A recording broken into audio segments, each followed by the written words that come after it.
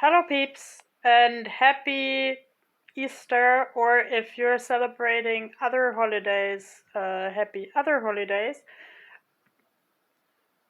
To me, such holiday seasons are often a little bit tricky because many things in town are not open and people are busy with their families. But on the other hand, I actually enjoy being alone, taking time to think.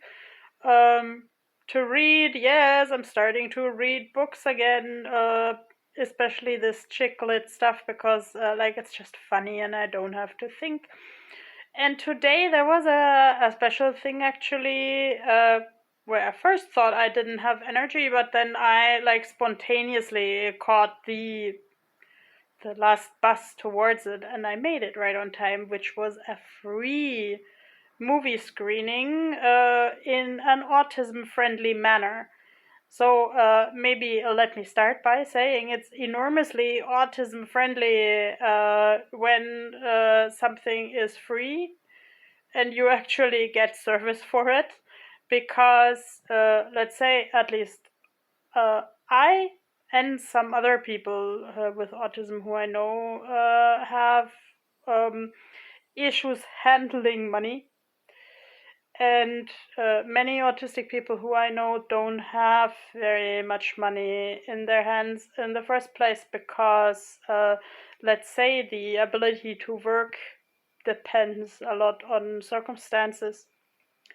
So, yeah, here goes to a free movie screening at the local art house theater that was designed to be autism friendly, as in lower volume and a little bit of light and permission to roam in and out of the movie theater.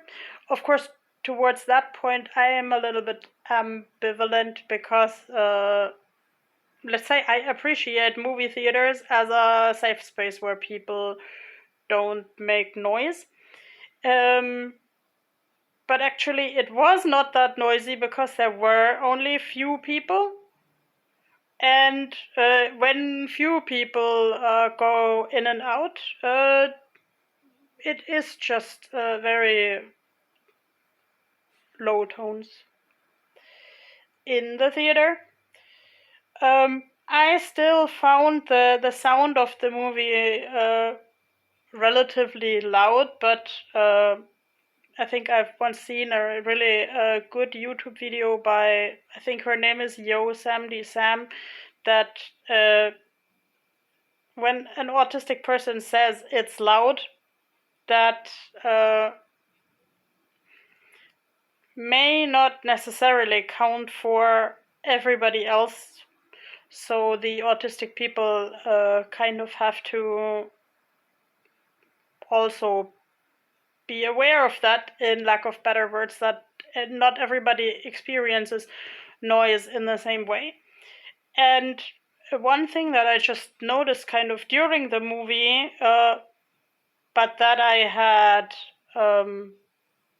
heard of when the autistic community here discussed the prospect of such a screening, there was no popcorn roasted before the show, because obviously some people are sensitive to the scent and probably also to the cracking. Like when I once received a spontaneous invitation to an Asian film festival, the people distributed dry mango stripes there because dry mango stripes don't crack.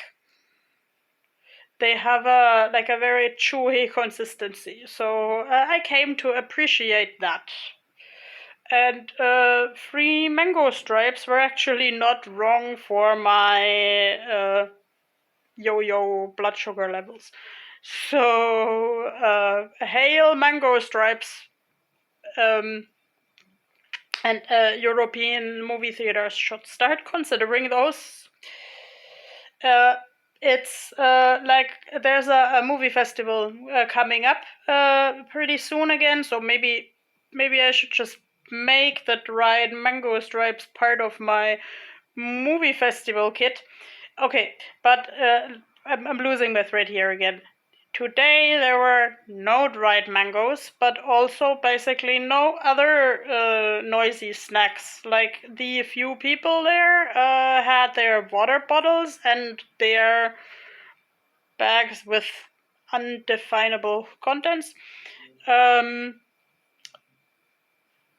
I noticed with joy that the overload was not too big. Like there were not too many like light flashes, and like usually I have a tendency to fall asleep at a movie theater, and that has nothing to do with the quality of the film itself. That rather has to do, yes, with the overload, because like light flashes, noises.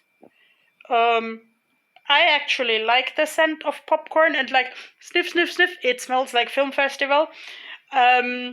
But actually, other people don't like me eating the popcorn in a movie theater because, like, when I grab, because my hands are so stiff, it cracks extra much. And then my popcorn is all over the place, and on me, I'm looking like a popcorn in a movie screening. And I actually try to eat the corns in the bottom, so it sometimes goes like ouch, ouch, ouch.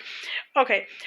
Anyway, the film that was offered was called Robot Dreams, and I actually only made the spontaneous decision to catch this bus in the literally last second, because I've seen some reviews by YouTubers about the movie, and it's a movie entirely without dialogue, because like whenever one of the main characters tries to phone, the other character doesn't pick up the phone. Someone has compared it a little bit to Zootopia, because it's about a big city where there live a ton of animals. And I think the idea is based on this American saying that I heard many years ago: if you want a friend in New York, get yourself a dog. So now the story is a little bit reversed. The dog gets himself a friend, like a robot, which he orders from a late night TV show. I've seen some films where robots are not expected to have feelings, like I'm Your Man from a film festival, like a German film that is like very critical and still humorous of this our dependence on like artificial intelligence. But like, okay, this was a cartoon film, an old-fashioned two-dimensional optics with a lot of small details. Like the small details overpowered me partly a lot. Many of the animal characters are really fun, and the film is praised for like the robot discovering the world around it. I don't know if it's a girl robot or a guy robot, but it's the film is from a like Spanish speaking country, if I understand that right. And the brand of the robot is called Amica, so which means like a female friend. So I mean, I don't know how you gender robots, but it would be interesting if you say this is a girl robot who doesn't behave very girly. People have been touched a lot by it. It has been like by the film, not necessarily by the robot, because the robot actually also emits signals that make the dog really sensitive and itchy. Um, the film explores these themes of loneliness, of replacing that friend when this friend just by a series of unfortunate events gets left behind. And yeah, I think you have to see that for yourself. Okay, does YouTube let me upload 10 minutes or 15 minutes? I think it was 15. So yeah, let's try the 15. Anyway, it's a story where, like, let's say the robot thinks it has been abandoned, but it actually has, got lost to the dog by a series of unfortunate events. Someone actually who I heard talking after the movie said that the robot actually is just set out to have fun, so it's sort of like a high-end bitch. Interesting thought. Actually, the robot gets the dog out of the like social isolation and tries sports with the robot and so on. And then when the robot gets lost, the dog finds a feminine-looking friend that's a duck and quite sporty, and they are also going out and having fun, but then suddenly the duck disappears and sends a postcard, "I have just moved to Europe." So the film also tackles themes about like when people move on, or how stable is a friendship, or can you just buy a new friend? Can you just replace the robot? Does this robot have feelings? And I mean, I believe it has, because it laments the fun times being over. And there are some mean characters who do bad things to the robot. I don't know if I would have put this into a children's movie like this, but I like big bets and I can't deny. This is not exclusively a children's movie, and you might have to watch it like several times to understand all the points. And there are a lot of, let's say, little clues about the 80s, like particular brand names of candy, or like when the robot is broken, a really handy raccoon puts it back together with like a boombox as a heart piece. And I don't know if today's children understand all those little things of the 80s, and or like World Trade Center still standing in the New York of the 80s. So I think this is a film that where everybody can kind of bring along their own interpretation.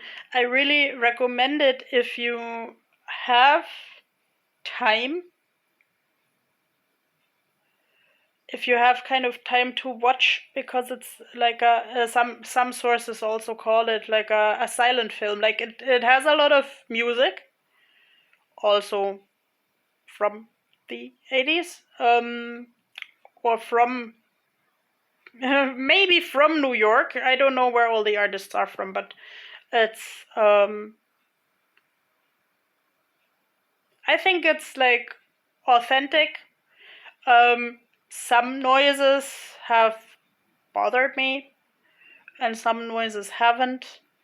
The robot is the cutest character ever.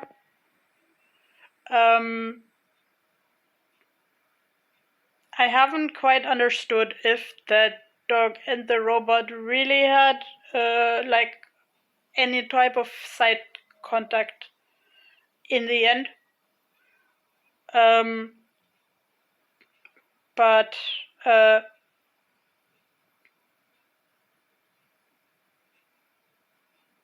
let's say it's a movie that should be enjoyed like in silence for the really very visual movie watchers. Like some friends of mine have also said that I actually just listen to movies because I'm writing all the time. But well, I'm writing to brace for the overload. So and this time I didn't write anything because the light and the details kept me awake. So now I have to close, and I'll see you at the film festival. Bye bye.